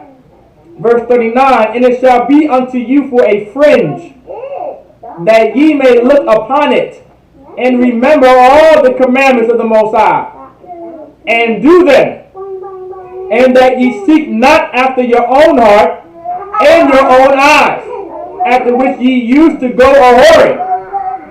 Like, this is what happened in the Native American community. We forgot the laws of God. We didn't turn and look at this ribbon of blue and say, you know what? This meant something.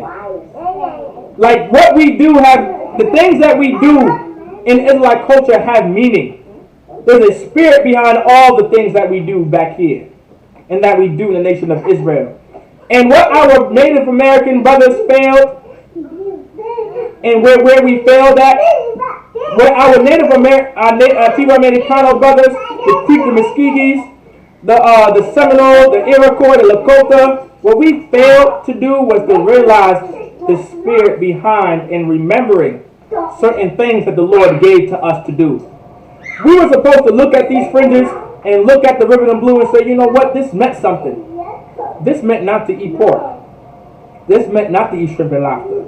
This meant not to be a drug addict. This meant not to be a drug dealer. This meant not to sleep with a whore. This meant not to be a whore, not to be a prostitute.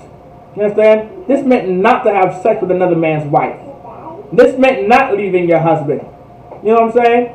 This meant not making agreements and oaths and covenants with another nation of people and serving their gods. This is what that meant. This is what this meant. There's a meaning behind these fringes, man. It meant something. There's a spirit behind these fringes. Now, does wearing fringes make you automatically follow God's laws? No. That's not what it's saying. Just because you have fringes on doesn't mean, oh, now I'm going to keep God's laws and commandments now. That's not what that means. It means when you look at it, it reminds you, you know what? I'm not supposed to be a whore. You know what I'm saying? I'm not supposed to be a prostitute. I'm not supposed to be stealing. I'm not supposed to be lying. I'm not supposed to be murdering. I'm not supposed to be an abortionist. I'm not supposed to leave my husband. I'm not supposed to leave my wife.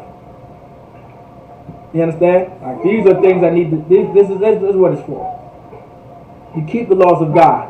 But us Native Americans, we fail to realize that and understand that, and we chose to go whoring on the Most High and serve other gods and make treaties with another nation of people, and then our nation failed, right? Our communities failed, and we end up getting murdered by the 77 million, and dragged and murdered, and our babies bashed on rocks, and our children and our mothers and sisters molested and sexually assaulted during the Trail of Tears, and pushed all the way west onto reservations, and then further oppressed with other laws passed and enacted, right, by our oppressor in America.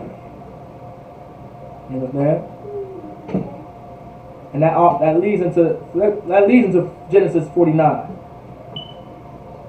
Genesis chapter 49. Genesis chapter 49 verse 19. Genesis chapter 49 verse 19. It says Gad. This is talking about Gad again. This is talking about the Native Americans. This is talking about your Creeks, your Navajo, your Iroquois, your Lakota, your Pequot, your Apache, your Comanche. This is what this is talking about right here. And this is what it's talking about right here. Alright? A troop shall overcome him. The Lord said a troop shall overcome him. This is a prophecy in the Bible about the tribe of Gad. It says a troop shall overcome him. There is a troop. A troop is a soldier. This is talking about soldiers and warriors.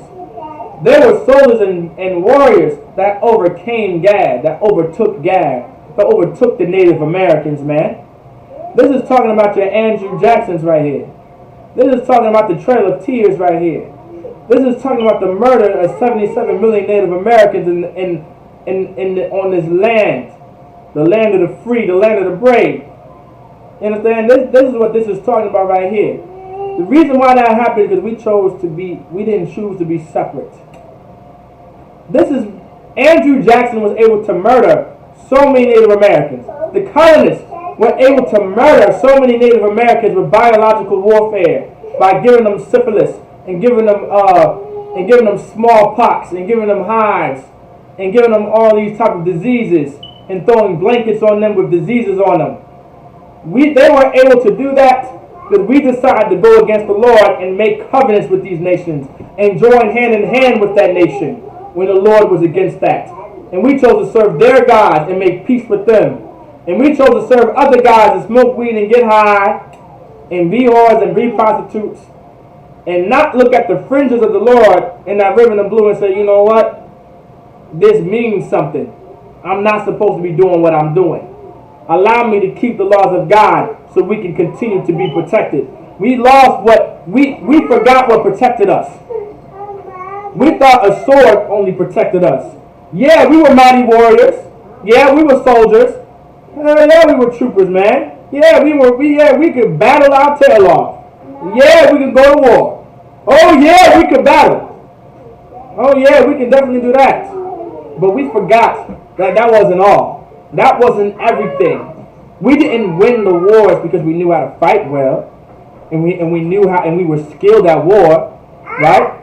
We didn't win those wars because of that alone. The reason why we won those wars as Gadites is because the Lord was with us, and because we were men of the Lord, and we kept the laws of God, and we kept His commandments, and we didn't make covenants with these other nations and join hand in hand and make treaties with America. You understand? Let's get it.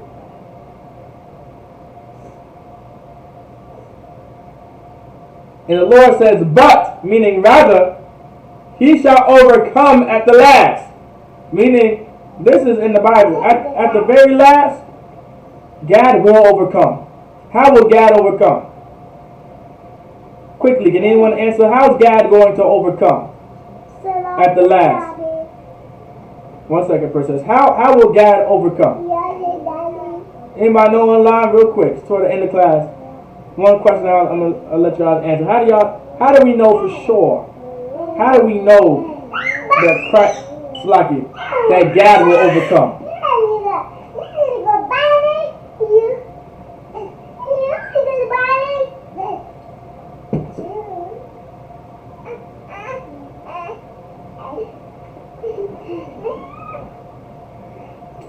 How will Gad overcome?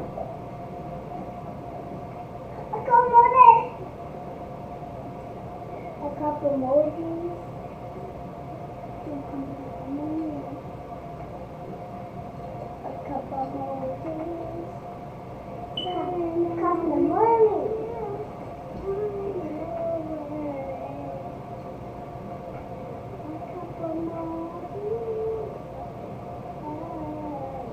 Anybody? Real quick. How do we know for sure that Gad is going to overcome? How do we know for sure? Anybody know? It says, the Lord said, let's get it.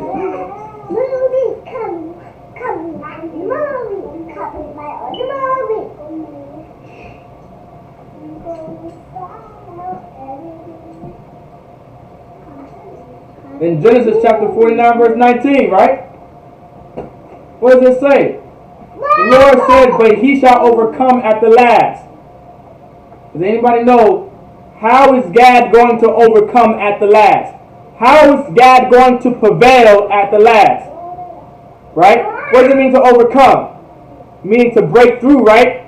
Instead of being overtaken, you're the one that's overtaking now. Instead of being overcame, you're the one that's overcoming now. Meaning you're the one that's going to be prosperous, right? You're going to be the one on top. So how is Gad going to prevail?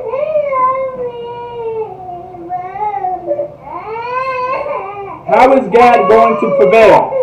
Anybody know?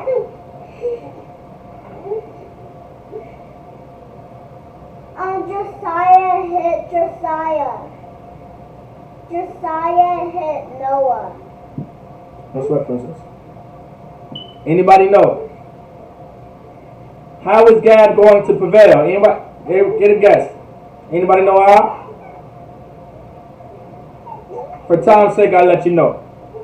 All right, for time's sake, I'll let you know. This is how Gad is going to prevail. This is how Gad is going to overcome. This is how the Creeks and the Mesquite are going to overcome. This is how the Pequot is going to overcome. This is how the Comanche and the Apache is going to overcome, and the Blackfoot is going to overcome, and the Seminoles are going to overcome.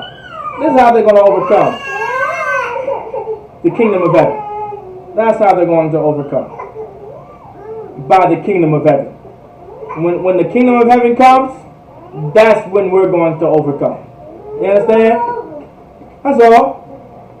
We're going to overcome when the kingdom of heaven comes. And John chapter 10 verse 16 says, these words are in red. This is Christ speaking right here. John chapter 10 verse 16. And other sheep I have, which are not of this fold, them also I must bring. And they shall hear my voice. And there shall be one fold and one shepherd. That's your precept right there for it. Why do I say that? Why is this the precept? And other sheep I have. There are other Israelites that Christ has. Right? Which are not of this fold, meaning they're not here in Israel. They're not here in Jerusalem. They're not with the Judites and Benjamites and Levites and some of the other tribes left over. The majority of them are where? Over here in America. Right? Your Puerto Ricans and your Cubans. Right? Your Native Americans. Right? Your Mexicans. Right? They're already over here. When Christ came on the scene, the other nation, other part of Israel, which is known as the Northern Kingdom, we were in the Americas by then. Right? We've been in the Americas by then, right? And it says, and other sheep I have which are not of this fold, them also I must bring, meaning the ones that are in Americas, the Cubans, right? The Puerto Ricans, the Costa Ricans, the Brazilians, the Peruvians, the El Salvadorians, the Mexicans, right?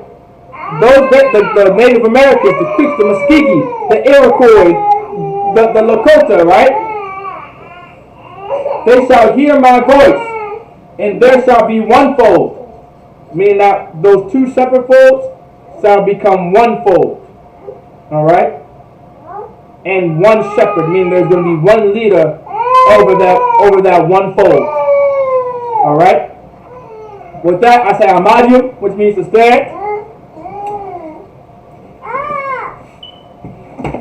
We're going to give a courteous salute to the brothers, men of Israel. We're going to give a courteous salute to the brothers, men of Israel, Madam Shabbat, Amadi, Barak, Yahweh Ba'ashim, Yahweh Shai Bakatham, Yadid Matah. Saul Agwaki means turn to the sisters, men of Israel. We're going to give a courteous salute to the sisters, men of Israel, Madam Shabbat, Amadi, Barak, Yahweh Shema Alathan Ba'ashim, Yahweh Shai. Yadid Matah. With that, class is missed.